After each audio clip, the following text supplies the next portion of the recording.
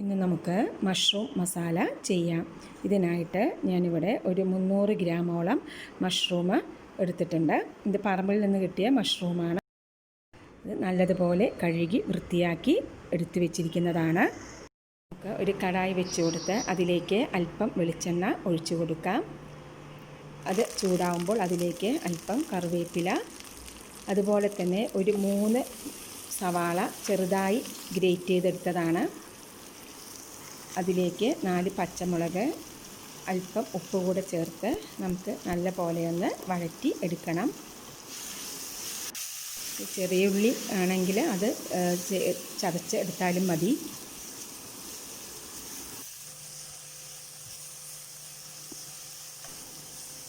ഇത് ഏകദേശം ഒന്ന് വഴന്ന ശേഷം നമുക്കതിലേക്ക് വെളുത്തുള്ളി ഇഞ്ചിയും കൂടെ ചതച്ചത് ഒരു 3/4 ടേബിൾ സ്പൂൺ ചേർത്ത് കൊടുത്തിട്ടുണ്ട്. അതുകൂടെ ചേർത്ത് അതിൻ്റെ പച്ചമണം മാറുന്നത് വരെ നല്ല പോലെ ഒന്ന് വഴറ്റിയെടുക്കാം. ഇതിൻ്റെ പച്ചമണമൊക്കെ മാറിയിട്ടുണ്ട്. ഇനി ഇതിലേക്ക് നമുക്ക് പൊടികൾ ചേർക്കാം. 1/4 ടീസ്പൂൺ മഞ്ഞൾപ്പൊടി, 1/2 ടീസ്പൂൺ മുളക് പൊടി, സാദാ മുളക് പൊടിയാണ്, 1/2 ടീസ്പൂൺ കൊത്തമല്ലിപ്പൊടി, മല്ലിപ്പൊടിയാണ്.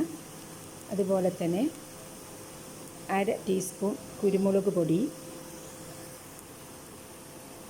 ഒരു 1/4 ടീസ്പൂണോളം ഗരം മസാലപ്പൊടി. ഇത് ചേർത്ത് നല്ലതുപോലെ ഒന്ന് പൊടികളുടെയൊക്കെ പച്ചമണം മാറുന്നത് വരെ ഒന്ന് വഴറ്റി എടുക്കാം. പൊടികളുടെ പച്ചമണമൊക്കെ മാറിയിട്ടുണ്ട്. നമുക്കിനി ഇതിലേക്ക് കൂണ് ചേർത്ത് കൊടുക്കാം.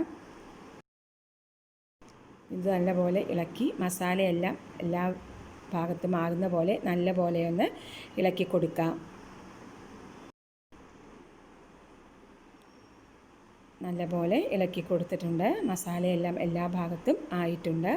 ഇനി ഇതിലേക്ക് നമുക്ക് ആവശ്യമായ ഉപ്പ് ചേർത്ത് കൊടുക്കാം. നമ്മൾ ഇതുവരെ ഉപ്പ് ആദ്യം അല്പം ആ സവാളയിൽ ചേർത്തതാണ്. അപ്പോൾ അതുകൂടെ ഉപ്പ് കൂടെ ചേർത്ത് കൊടുത്തിട്ട് നമുക്കിതൊന്ന് മൂടി വെച്ച് കൊടുക്കാം. ഫ്ലെയിം സിമ്മിൽ വെച്ച് കൊടുത്താൽ മതി. ഏകദേശം ഒരു 4 മിനിറ്റോളം ആയിട്ടുണ്ട്. കൂണിൽ നിന്നുള്ള വെള്ളം തന്നെ അല്പം പുറത്തേക്ക് വരും. നമുക്കിതൊന്ന് ഇളക്കി കൊടുക്കാം. ഇളക്കി കൊടുത്ത ശേഷം അല്പം കൂടെ നമുക്കത് മൂടി വെച്ച് കൊടുക്കണം.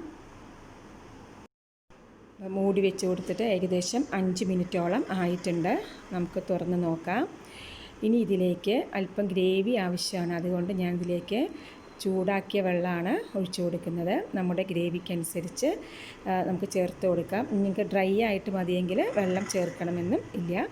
വെള്ളം അല്പം ചേർത്ത് കൊടുത്ത ശേഷം ഇതൊന്ന് ഇളക്കി കൊടുക്കാം. ചപ്പാത്തിക്കും ചോറിനൊപ്പം കഴിക്കാൻ പറ്റുന്ന നല്ലൊരു കറിയാണിത്.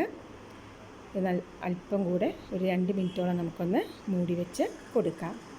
2 മിനിറ്റോളം കഴിഞ്ഞിട്ടുണ്ട്. നമുക്ക് ഉപ്പും എരിവൊക്കെ ഒന്ന് പാകമല്ലേ എന്ന് നോക്കാം.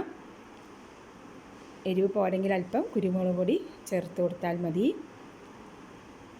അല്പം ഉപ്പ് ആവശ്യമാണ്, അല്പം ചേർത്ത് കൊടുക്കുന്നുണ്ട്. അത് ഉപ്പ് ചേർത്തൊന്ന് ഇളക്കി കൊടുക്കാം. നമ്മുടെ മഷ്റൂം മസാല തയ്യാറായി. ഇതിലേക്ക് അല്പം കറിവേപ്പില കൂടെ ചേർത്ത് മൂടി വെച്ച് കൊടുക്കാം.